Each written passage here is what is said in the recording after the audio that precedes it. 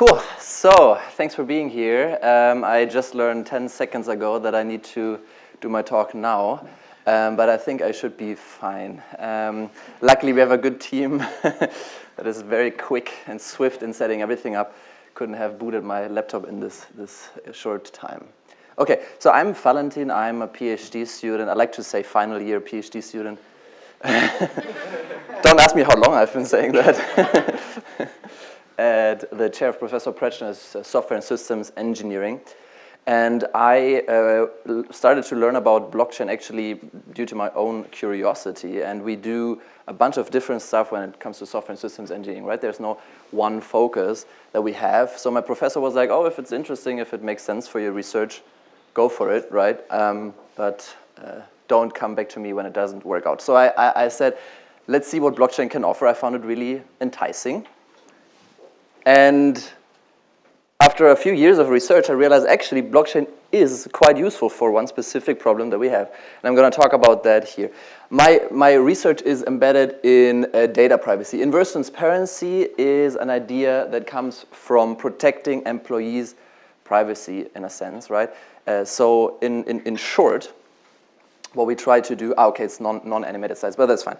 In short, what we try to do is we try to make accesses to employees' data visible to them, right? Why do we want to do that? It's this idea of accountability. You may have heard this before. So if someone accesses my data and they actually weren't allowed to do that, I want to be able to hold them accountable. And why don't we just prevent such usage of data? Well, sometimes it's hard to say in advance if something is okay or not, but it's good to be able to see later if something went wrong. And one of the issues is that in a traditional inverse transparent environment, what we have is some central entity to store this transparency logs, and it's a great place to attack. It's a great attack vector. And of course, malicious data consumers would love to just delete some logs, forge some logs or something like that, so we want to protect against that. And our idea is to remove any central entity and to realize inverse transparency in a decentralized manner. So what that means is we need to remove any intermediary between the owners and the consumers and in fact generate some non-repudiable evidence of the exchange, right? So we have two challenges. We need to exchange data between them and generate some evidence that cannot be repudiated, which means nobody can deny this happens, even though we don't have any intermediary party between these two. And this is a really hard challenge, actually. And one of the immediate ideas we had is, well, at least for the logging, at least for the storage, blockchain seems a natural choice because it is forward secure, right? It's immutable, and so nobody can tamper with it. At the same time, it's decentralized. But there's a bit more. And sorry, again, I don't have animations. Normally, I would animate that stuff, but maybe you prefer that so that you can read faster than I talk. So just follow what I say. Don't look at the bottom yet. So, as I said, if we have to trust any third party, it means manipulation is always a possibility, right?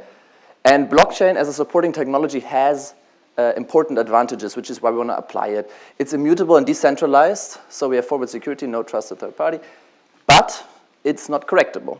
And we don't have an arbiter. We don't have anyone who can decide if something is true or false.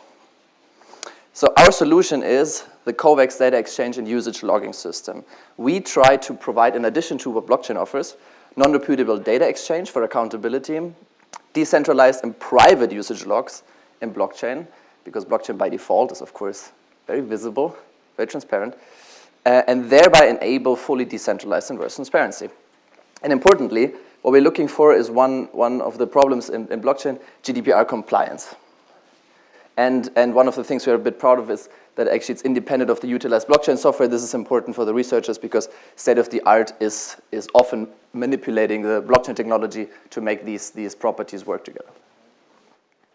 Cool. So let's summarize. We have a few requirements, and one of them is ensured by blockchain. This is why it's attractive to us, so we don't need to fix it. But we have three other problems that we're going to talk about in the following. We have identity verification, because of course, for accountability, I need to be able to say who it was, right? We have non-repudiable data exchange and the GDPR compliance. Let's talk about them one by one.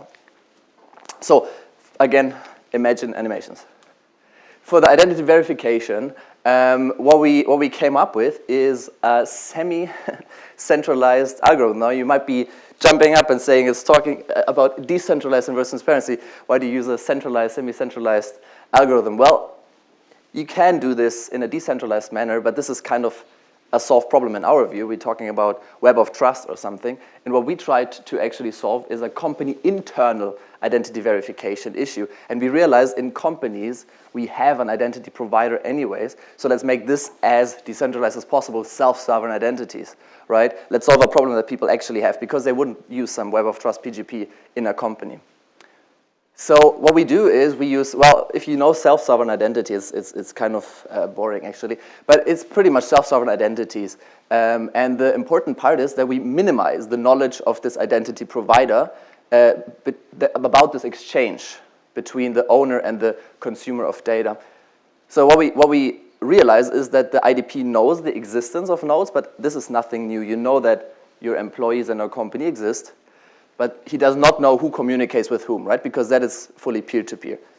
And in short, what we do is we have some identity cards that are signed by both the owner and the identity provider, something like that. But you know self-sovereign identity. Now, the second problem is the non-repudiable data exchange. And for this, there's very, very little research in a decentralized non-repudiable exchange. I hope that's not my alarm. I'm good. And there's one protocol in related work by Markovic and Drogeman that is applicable, but it's lacking some important algorithms. So we extended this to realize non-repudiable data exchange. I don't want to bore you with the details, but one of the important parts is that we have in the beginning, of course, the owner holding the datum, the consumer has nothing, right? And we perform some intricate protocol just between the two, ensuring that in the end, they both have some non-repudiation evidence. So that means both can prove that the other party participated in this exchange. So I wanna share with you, one of my students is here. She's actually researching how to do this via blockchain, and a lot of researchers try to ensure non-repudiation by appending data to blockchain, right? And so intuitively, immediately you have non-repudiation of origin, which means, well, somebody sent data because it exists on the blockchain, right? But the tricky problem is how can you ensure non-repudiation of receipt? So how can you make sure that you know that someone actually received these data, right? And this is not so easy because people can always say, oh, I didn't actually get it. I don't know, my computer broke down or something. It's very hard to prove that they read something. And there's very, very many different solutions, but related works often use a trusted party. Okay, enough of the boring stuff. Let's talk a little bit about a little bit simpler, but in my opinion, elegant solution that we came up with. And this is sorry, I'm gonna backtrack, which I normally don't do. For this algorithm, we need one specific property, and that is time asymmetric encryption. Why is that? Well, the owner encrypts data for the consumer, but the problem is the protocol is time-bounded, so there's a timeout. And we need to ensure that the owner can encrypt faster than the consumer can decrypt in order to ensure fairness. And I would love to get into detail, but just trust me that this is necessary. And so one problem is that we can't just encrypt all available data, right? So what we came up with is a two-step encryption algorithm. Now in the beginning, the owner of the data can pre-compute encryption keys by using a random password, random salt, and bcrypt on top. And at request time, they only need to do a lighter AES encryption with the plain text data. Why is that cool? Because this is faster, right? This is about or less than 1 second. I think the wrong sign there. And this longer step, the 3 seconds, were pre-computed. So now the consumer gets the data, and they need to do both steps, right? So this takes them these 4 seconds, right? So we are always going to be faster than them when encrypting instead of decrypting. And this makes this protocol ensure fairness of the exchange. Now, let's talk about maybe the hottest topic of this research, and this is the GDPR, because one of the issues is now we store this log data in the blockchain. That's great, and now it's immutably stored. And now someone comes up and says, right of erasure, right to rectification. I want my data deleted, and maybe they actually have the right to do that, right? So you can say, oh, I'm now in Singapore, incorporated in Singapore, so you can't get to me. Maybe today that's true. But what if, I don't know, Interpol catches you, right? So you wanna make sure that you can abide by these laws in the areas that you work in. So can we find a solution to that? Now again, obviously, reduce confidentiality in blockchain, right? That's not good. So we should hide the stuff. And immutability, that's not good. So what do we do? Our idea is simple yet elegant, if I may say so myself. So what if we never actually need to delete the data, right? That was the idea. And if you know that to anonymous data, the GDPR doesn't apply, right? So now the only question is, how do we make sure that the data in the blockchain become anonymous somehow? And for that, we need to have it pseudonymous in a way that it can be irrevocably made anonymous, okay? And for that, we need to make the pseudonym unlinkable, enable proof of ownership, and be only held by the owner of the data themselves, right? Because then we can ensure that they can delete the pseudonym. And there's a very, very simple yet cool solution to that. We generate an RSA public-private key pair, and importantly, public key, right? That's the word, but we keep both private. Then we hash the public key with Blake2s, which is a cryptographic hash algorithm, which is irreversible. And this hash is the one-time pseudonym. Why is that good? Well, cryptographic hashes, if you know, they ensure unlinkability, right? Because, of course, they're irreversible. But because we use an RSA public-private key pair, which is also used for the encryption, the owner can now prove that they actually are the originator of the pseudonym by signing a message with their key, right? And therefore, they can ensure that they can guarantee, well, or show, I own this data, right? I have the right that it's rectified, that it's deleted. But at the same time, because it's unlinkable, when they delete this link, nobody else can retrace it, right?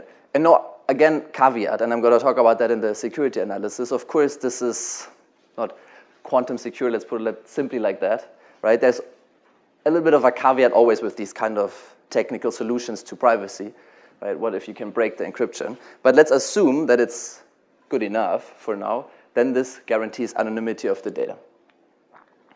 Now this, I'm gonna skip this. I'm gonna skip this as well. So let's talk about security real quick, and then I'm done. Now, when we talk about security, I like to tell my students, there's no absolute security, right? So security, there's no secure system. That's an absurd notion, right? And the metaphor that I sometimes use is, well, you have some vault, right? But somebody has a key, obviously. Otherwise, it's unusable, right? So if you seal it closed, then it's unusable, then it's secure. But if it's secure and usable, it's not really 100% secure. So what we instead need to talk about is secure against what? So we talk about adversarial models, and in research we define very, very stringently which attacks do we need to defend against and which do we provide guarantees against. And here is the adversarial model that we have, right? So we have an adversary alpha who can be of the set of data owners and data consumers. So they can be either a party of a data exchange, they can of course also be a third party. And there's various attacks that they try to perform. They have limited computational power, this is one of the assumptions, so they cannot take control over the blockchain network. Otherwise, we could not provide some of the guarantees. But they do not play fair, do not play by our rules, and they're not trusted.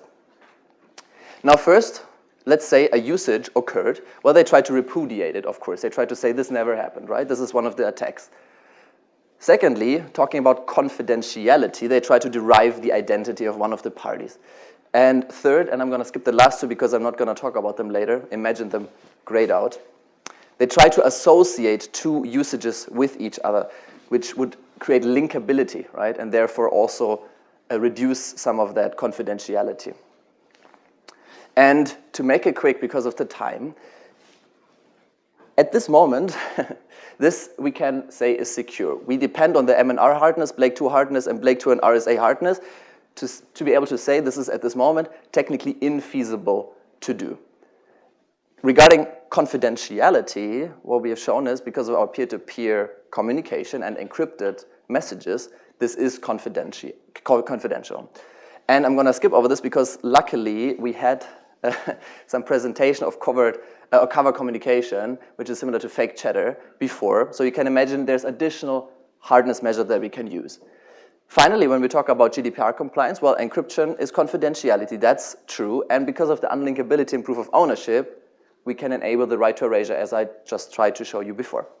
And therefore, skipping over that, we are secure. Benchmarks, it's slow. Let's make it short.